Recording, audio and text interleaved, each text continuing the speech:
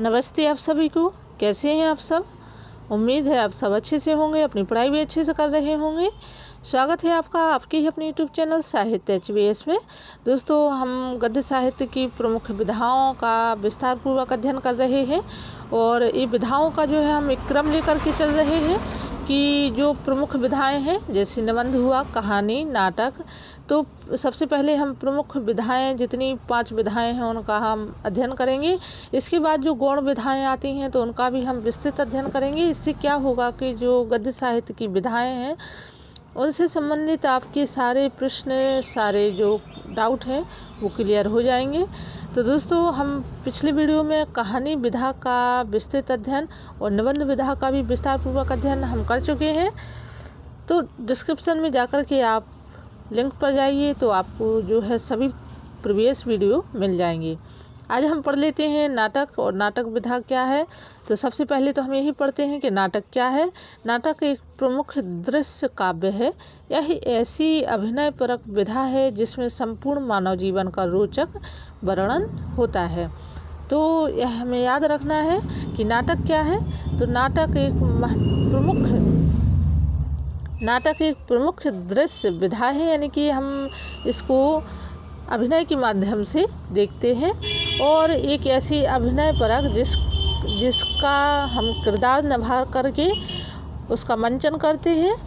तो अभिनय परक विधा है जिसमें संपूर्ण मानव जीवन का रोचक वर्णन होता है, यानी कि मानव जीवन की विस्तृत जो वर्णन है, झलक है, हमें नाटक के माध्यम से देखने को मिल जाती है।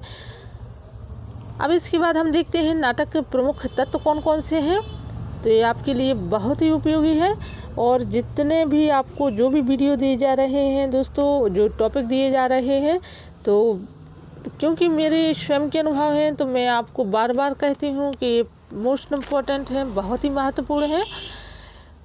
नाटक के प्रमुख तत्व भी आपको याद रखने हैं। कौन कौन से हैं। कथा वस्तु नंबर 1, पात्र व चरित्र चित्रण नंबर 2, नंबर 3 पर है संवाद या कथोपकथन, नंबर 4 पर है भाषा शैली, नंबर 5 पर है देश काल या वातावरण, नंबर 6 पर है उद्देश्य, नंबर 7 पर है संकलन त्रय और नंबर 8 है अभिनेता। देखिए, जब नाटक का मंचन होता है तो इन सभी तत्वों का समावेश होना नितांत आवश्यक है, क्योंकि देखो, यदि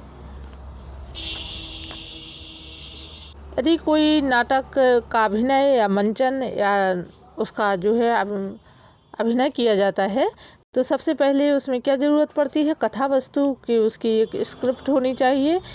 कथा वस्तु में जो पात्र हैं, जो उसमें रोल निभाते हैं, उसका चित्रण करते हैं, तो उनका भी होना आवश्यक है। इसके बाद है कथन या संवाद।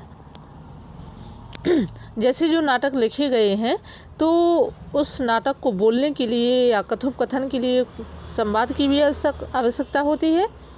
भाषा शैली, तो एक उत्कृष्ट भाषा शैली भी होनी चाहिए जिसमें बोल या संवाद में उतार चढ़ाव हो।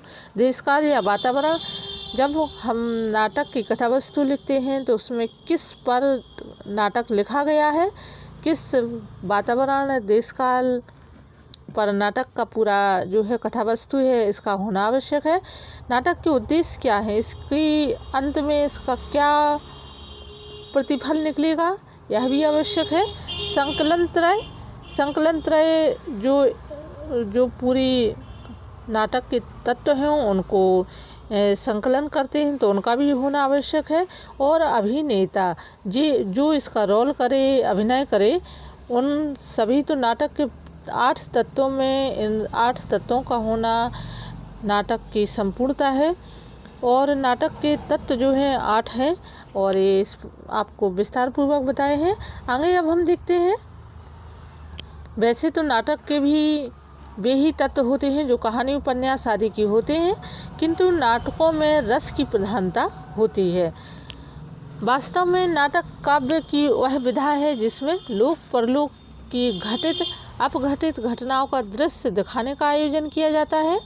इस कार्य के लिए अभिनय की सहायता ली जाती है। शास्त्रीय परिभाषा में नाटक को रूपक कहा गया है। तो ये हमें याद रखना है कि शास्त्रीय परिभाषा में नाटक को क्या कहा गया है। रूपक की परिभाषा दी गई है। एक सफल नाटक के प्रदर्शन के लिए उसका रूप, आकार, दृश्यों और अंकों का उपयुक्त विभाजन, रस का साधारीकरण, क्रिया, व्यापार, प्रवेग और तथा प्रवाह, अनुभावों और सात्विक भावों का निदर्शन, संवादों की कसावट, नृत्य और गीत, भाव, भाषा, साहित्यिक अलंकरण, वर्जित दृश्यों का प्रदर्शन, सुरुचिपूर्ण प्रदर्शन, आलेखन, अलंकरण तथा परिधान और प्रकाश की व्यवस्था आवश्यक होती है। तो नाटक में जो है इन सभी तत्वों का समावेश होना आवश्यक है। और इसमें जो शास्त्रीय परिभाषा में नाटक को रूपक कहा गया है, तो यह भी आप लोग नोट कर लीजिए। अब हम देखते हैं कि हिंदी नाटक साहित्य का काल विभाजन विद्वानों ने अनेक प्रकार से किया, लेकिन निम्नलिखित विभाजन सर्वमान्य रूप से स्वीकार्य है। नंबर 1 पर हम देखते हैं भारतेंदु काल। तो भारतेंदु काल की यहाँ नाटक की काल अवधि दी गई है। दोस्तों, ये भारतेंदु युग की अवधि नहीं है, वो आप लोग इसमें दुविधा में पड़ जाएं। ये भारतेंदु युग के नाटक कब से प्रारंभ हुए इसका समय दिया गया है। 1837 से 1904 ईस्वी। इसके बाद आता है नाटक का संधि काल, तो 1904 से 1915 ईस्वी। इसके बाद आता है प्रसाद युग, तो 1915 से 1933 ईस्वी। और वर्तमान युग 1933 से अब तक नाटकों का युग जो है चल रहा है। भारतेंदु युग का हम अध्ययन कर लेते हैं 1937 से 1904 ईस्वी। तो इसमें हिंदी में रंगमंच नाटकों का आरंभ भारतेंदु युग से माना जाता है। भारतेंदु के साथ हिंदी नाट्य साहित्य की परंपरा प्रारंभ हुई, जो अब तक चली आ रही है। इस काल की नाटकों की रचना का मूल उद्देश्य मनोरंजन के साथ साथ जनमानस को जागृत करना था। इस काल के नाटककारों में भारतेंदु का सर्वाधिक स्थान महत्वपूर्ण रहा है। तो दोस्तों, ये हमें याद रखना है कि भारतेंदु युग के नाटकों का मूल उद्देश्य क्या रहा है। तो इनके नाटकों का मूल उद्देश्य मनोरंजन के साथ साथ जनमानस को जागृत करना था, क्योंकि अंग्रेज़ों के अत्याचार ज़्यादा बढ़ रहे थे और जनमानस जो है, आम जन है, उस समय त्रस्त थी। तो कवि लेखकों का मुख्य उद्देश्य यही था कि आम जन की नाटकों में मनोरंजन के अलावा उन्हें जागृत भी किया जाए, किसके प्रति? देश और समाज के प्रति। अब हम देखते हैं कि भारतेंदु के अतिरिक्त इस काल में अन्य प्रमुख नाटककार रहे। तो भारतेंदु हरिश्चंद्र नंबर 1 हो गए। नंबर 2 पर हैं बालकृष्ण भट्ट। नंबर 3 पर हैं राधाचरण गोस्वामी, लाला श्रीनिवास दास, राधा कृष्ण दास, किशोरीलाल गोस्वामी इत्यादि के नाम महत्वपूर्ण है। संधि काल का समय है तो 1904 से 1915 ईस्वी। इस काल में भारतेंदु काल की धाराओं के साथ साथ नवीन धाराओं का आविर्भाव हुआ। तो इस काल में बंगाली, अंग्रेजी, संस्कृत नाटकों के हिंदी अनुवाद हुए। बद्रीनाथ भट्ट, जयशंकर प्रसाद आदि इसके प्रमुख नाटककार हैं। करुणालय जैसी रचना इसी काल में सृजित हुई। करुणालय जयशंकर प्रसाद की रचना है। इसके बाद आता है प्रसाद युग। तो प्रसाद युग का समय है 1915 से 1933 ईस्वी।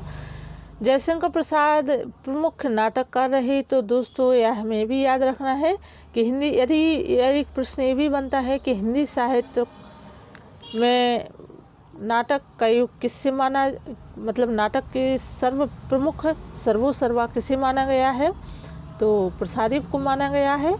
और जयशंकर प्रसाद जो है प्रमुख नाटककारों में सबसे आगे रहे। जयशंकर प्रसाद का नाम इस युग में प्रसाद युग के नाम से कहा गया, क्योंकि प्रसाद युग इन्हीं के नाम पर चला। इस युग को हिंदी नाटक साहित्य के विकास युग की संज्ञा दी गई है।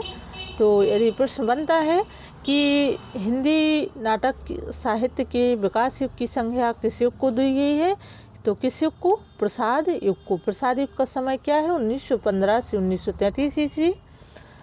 इसके अलावा हिंदी नाटक साहित्य को सुदृढ़ बनाने में जयशंकर प्रसाद ने महत्वपूर्ण और उल्लेखनीय योगदान रहा।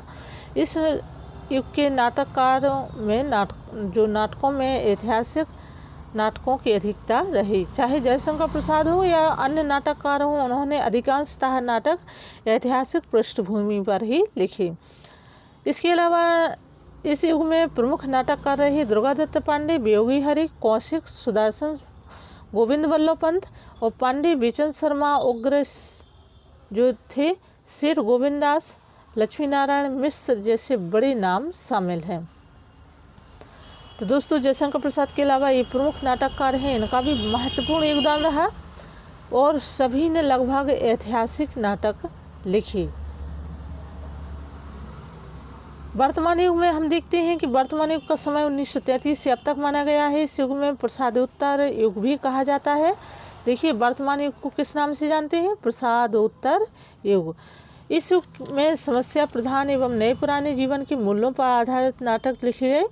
इस युग में कई प्रतिभाशाली नाटकों ने अपनी प्रबल लेखनी और कल्पना शक्ति से हिंदी नाटक की विधा को और भी परिष्कृत किया। भारतेंदु प्रमुख नाटककार कौन कौन से रहे? तो यहाँ पर जो महत्वपूर्ण नाटककार जिन्होंने अपने नाटकों के माध्यम से हिंदी साहित्य को एक नई दशा प्रदान की, तो सबसे पहले आ जाते हैं भारतेंदु हरिश्चंद्र और इनके नाटक हैं वैदिकी हिंसा हिंसा न भवति, प्रेमजोगिनी, विद्यासुंदर प्रमुख नाटक है। लाला श्रीनिवास दास, इनका नाटक है श्री प्रहलाद चरित और संयुक्ता स्वयंवर। जयशंकर प्रसाद के नाटक है चंद्रगुप्त, स्कंदगुप्त, ध्रुव स्वामी। इसके अलावा भी उनके और अन्य नाटक हैं। 12 नाटक इन्होंने लिखे और अधिकांश लगभग सभी नाटक इनके ऐतिहासिक पृष्ठभूमि पर रहे। विष्णु प्रभाकर के हैं डॉक्टर, युगे युग क्रांति, टूटते परिवेश। लक्ष्मी नारायण मिश्र के हैं सन्यासी, मुक्ति का रहस्य, सिंदूर की होली। उपेंद्र नाथ अस्क के नाटक हैं स्वर्ग की झलक, छठा बेटा, उड़ान। उदय शंकर भट्ट के हैं मुक्ति पथ, दाहर, नया समाज। जगदीश चंद्र माथुर की है कोड़ा, सर्दिया, पहला राजा।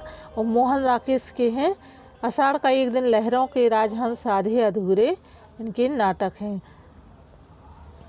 तो ये तो थी नाटक के संबंध में महत्वपूर्ण जानकारी और आप लोग इसको पढ़िए। ये टॉपिक जो है आपकी सभी परीक्षाओं के लिए महत्वपूर्ण है और विशेष रूप से देखो जैसे कक्षा 9 से लेकर कक्षा 9 से लेकर कक्षा 12 तक के बच्चे इसको 1-2 बार ही पढ़ सकते हैं। बाकी जो कंपटीशन की तैयारी कर रहे हैं तो उनके लिए टॉपिक ऐसे टॉपिक जो है आपको कंठस्थ होने चाहिए और आप इनको रट लीजिए। पेपर में प्रश्न कहीं से भी आ सकते हैं। कक्षा 6-7 से लेकर के एमए तक के जो विषय हैं, इसके अलावा भी अन्य जो लेखन सामग्री लेखकों ने, इतिहासकारों ने लिखी है, वहाँ से कहीं से भी आपके प्रश्न बन सकते हैं। तो उम्मीद है कि आपको वीडियो अच्छा लगा होगा। कमेंट में अपने अनुभव ज़रूर लिखिए। हम फिर मिलते हैं नए वीडियो नई जानकारी के साथ। तब तक के लिए अपनी ध्यान रखिए और घर पर रहिए सुरक्षित। धन्यवाद।